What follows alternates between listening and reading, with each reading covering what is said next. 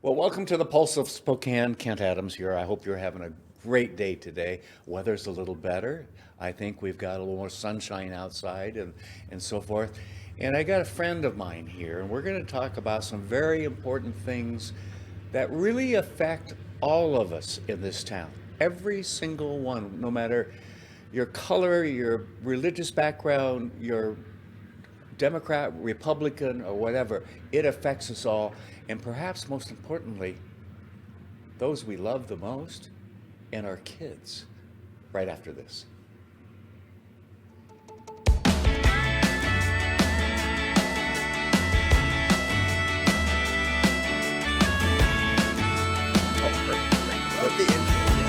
I never know what I'm going to say.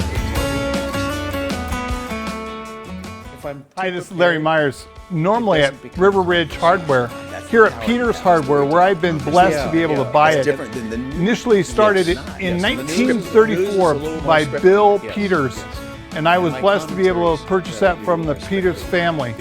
Peter's Hardware is located at 12118 East Sprague, enter off of Pines and First. We have all the quality home products that you need, including quality paint now, where we can match any color that you want. We're here for you for all your home needs. Come on by to Peter's Hardware in Spokane Valley.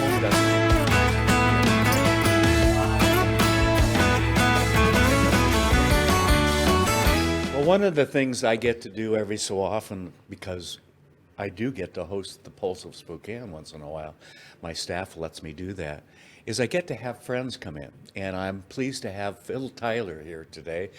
I don't know how many hats you've worn since I first met you about 5 or 6 years ago, but most of the day you're protecting my grandson and some others who go to Gonzaga University, right? Yes, sir. Yes, Yeah, sir. yeah. And I'm still expecting you to tell me one of these days that you've walked up to my grandson and he's expecting it to say, your grandfather sent me to talk to you, you know. It's going to happen. It will. That's great. Phil, there are a lot of things going on, and what I said in the open is so true. You are and have been working on something that I think is so important for our community.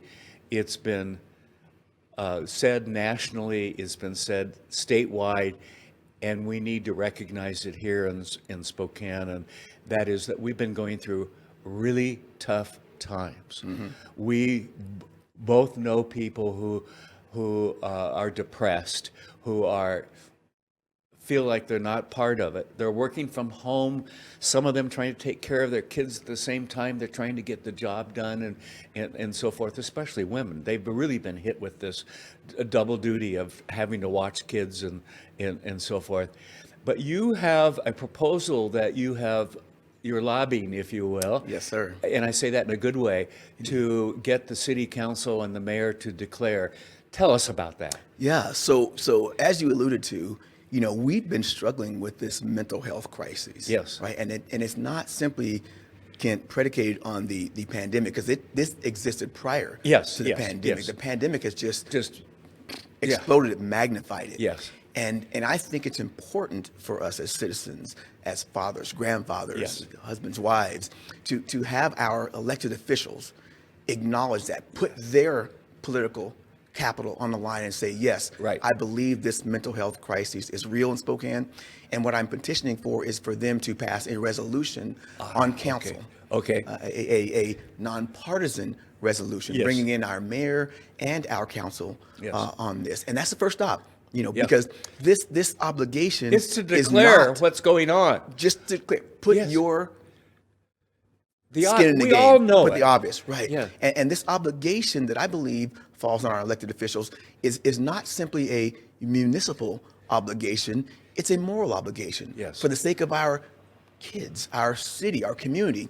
It's not a matter of an issue for the county; it's a matter of conscience. Yes. And so. When I crafted this resolution, and I sent it to our mayor and our council president, and I know that our mayor will get back with me. I know she's extremely busy, but our council president has got back, and he says he supports it, and he can see even having a co-sponsor on this resolution. Okay. And it's not codifying anything. It's not making a law or making them do anything. Or even spending money. Or even, well, we do have some ARP funds that Yeah, they but can I mean, direct to. but you're not asking in it. Not in the resolution. I'm saying that, we know that mental health challenges that we've seen. Yeah. On campus, we've seen it at higher Yes. rates, even at Gonzaga. And Gonzaga, at least they acknowledge it. Yeah. And we even had in last semester some Yes. wellness days. Yes. When the academy is cutting out time from the academic schedule, Yes. the rigor of the schedule, it's important. Yes. Yes. If the governor back in March declared statewide a mental health emergency for our youth and our adolescents, the Surgeon General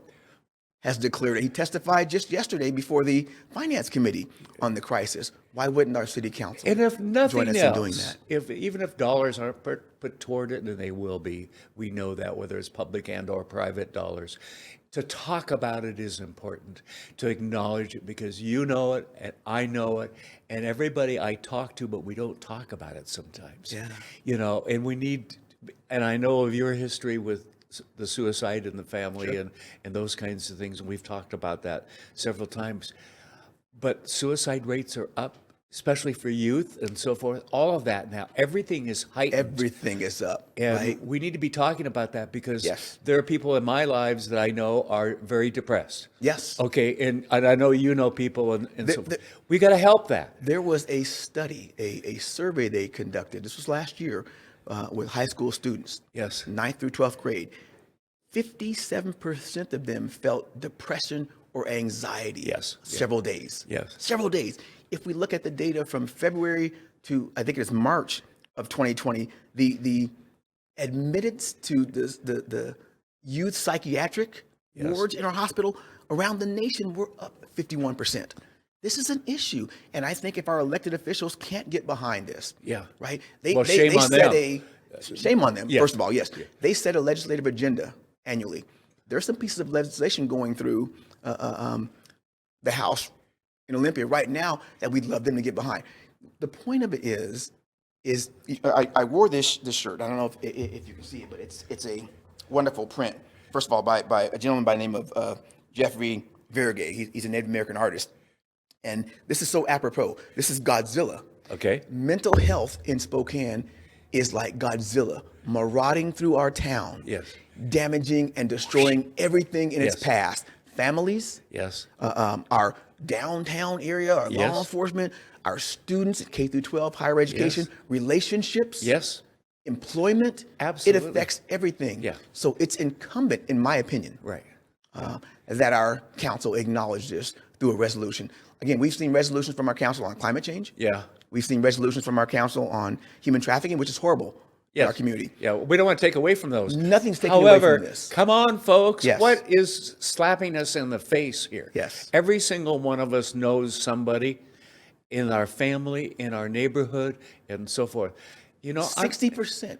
I'll say this: 60% of those individuals that are coming into our Spokane County jail system. This is from our Law and Justice Council with their MacArthur grant. 60% of those persons have a behavioral health issue. That's a big deal, because eventually they're going to come back into our communities. And we don't take care of them. Okay.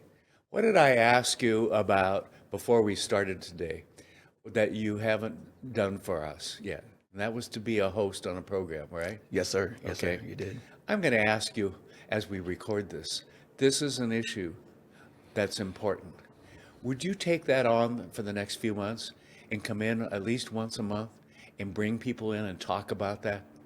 Wow, I would love to. Let's do that. I would commit to that. Let's do that. This is what makes a difference, because you talked about, if we are not talking about it, if our elected officials are not talking about it, it continues the stigma of those out there suffering. And it's organizations like yours, Spokane Talks Media, who are willing to spread the word. And I'll say this too. And we can spend some more time on it. There are, I applaud KXLY and Esther Bauer and Destiny Richards and their program manager for bringing attention to it. They've given me a platform. You have given me a platform. What we want to see is others do the same thing. And if it has to come through Spokane Media, that's fine too. But our elected officials should get on board. And again, like I said earlier, Council President Beggs has given me his word that he would be supportive of this, and I know our mayor will too. Follow up with the mayor and tell her Absolutely. I support it personally. Absolutely. Okay, and the station supports it, and that let's get going. We're going to do a series on this, and maybe it's every 5 or 6 weeks, because here I am asking you and didn't warn you about this. Okay, that's so unfair of me, but I often am unfair with people, friends at least. But it's an issue. Yeah. I don't know how to best deal with it. You are involved in it up to here. It's a passion for you. You can identify people and they'll talk with you to come in, and let's make it a point of helping our community. That's what it's about. And that's how we're going to change it. Yeah. Because I don't have all of the answers. I don't know how to best deal with it, but I do know that not dealing with it doesn't make it go not away. acknowledging it Yes. through resolution, through sharing conversations like this, through what the media puts out, doesn't make it go away. Okay. It does not. Connor's going to be in touch with you in a matter of days. He's going to set up the first time with you to come in. Okay. You know where we are. You've been here before. You're here now. Yes, sir. I'm sorry to put you on the spot, but I'm not because of the issue. Yeah. And I appreciate you. I really appreciate it. And it's too important. It's too important for my grandkids all the way through to my age, and I'm old. Okay, I was going to say my parents, but they're gone. But I mean, I think It really is. It really is. And for two men sitting here, no offense to we to never our want women, to talk about things like that. We never want to talk about it. And you know, it's incumbent of us to do that. Yes, right? it is. It is. And I know you have given me comfort in my times. Yeah. Right, to talk Thank about you. these issues, and that is huge. Yeah. But And we even all those get things. depressed. We all go through that in life, but we guys don't want to talk about it. And then things like happened with your son happen. And we've got to be smart enough and alert enough as we move forward to detect that in people so we can help them. Okay? Because Well it's said. not about ourselves, it's about helping our family and others. And when I die in a few years, I want to know when people are standing around my casket pointing and laughing that he's gone, finally we have peace and quiet, that I'm sitting in there going, okay, I did make some difference. And I think you do that, I know, because of all your involvements. But that's what life is about.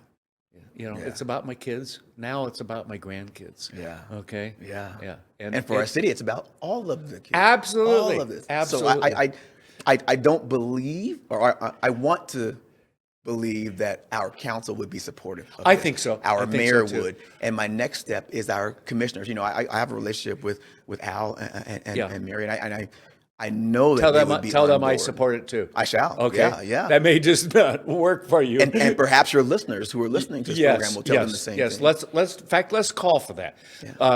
For those of you that are watching and listening right now, send a note to your council person. Send a note to your county commissioner in the next week. Let's do it in the next week, and take a look at this. And they all know how to get in touch with Phil if you haven't talked to them. So they all know how to reach out to you and let them get off their chair and do something about it, because we want a healthy community. Absolutely. You know, we're a community of basketball and a community of Gonzaga basketball too. Go Zags. Hoops and all of that. But there are a lot of people, young and old and middle-aged, that are slipping through the cracks, and we've got to find and help. Absolutely. Okay. And we have the resources to do it here. Yeah, we do. We do. And we have those resources coming in from the federal government, Right. that we can use to help them, and we should. Well, again, I apologize for putting you on the spot, but I loved it because I knew you probably would say yes, and I didn't think of it until just before I asked you. Okay, so I wasn't planning on that, but It's very kind of you, because that's a message. thank you. That's what and there couldn't be a better person. Well, Really. I appreciate that, but and it's I a mean that. message, Yeah, yes. Kent, though, that I would hope that I highlighted, EXLY and their work. Right. But I think everyone has done a story at some point. Sure. And that's fine, but we need to keep it forefront of what's going Yes, on. absolutely. That your neighbor, your friend, your employee might be going through, and you don't know it because they're working from home 4 out of 5 days a week, and so forth. And we need to help everybody. We are a town. I know we're a metropolitan area and we're a city, but I keep saying it. We still are a town, and that where we help people. We help each other, our neighbors. It's the Spokane family, in my opinion. It is. It Right? is. And It if you is. would do for your family, like I would do for Kent, we can do for the rest of our Right, citizens. right. And that should be a stance. One of the other that our things council takes. I'll sick you on with Connor, and that is you come across articles and things like that. Let us help put that out as well on Facebook and so forth, because we've got 10,000 followers and so forth, so we can reach out that. But it's an issue that I've been struggling with in terms of how do we help this. And it came to me, well, he's sitting across from me, so let's go to work. Yeah, let's do that together. Yeah. Thank you, Phil. Yeah, thank you, my friend. Phil Tyler, yes. You're not going to get mad at me afterwards, are you? I shall not. Now all my other friends won't come in.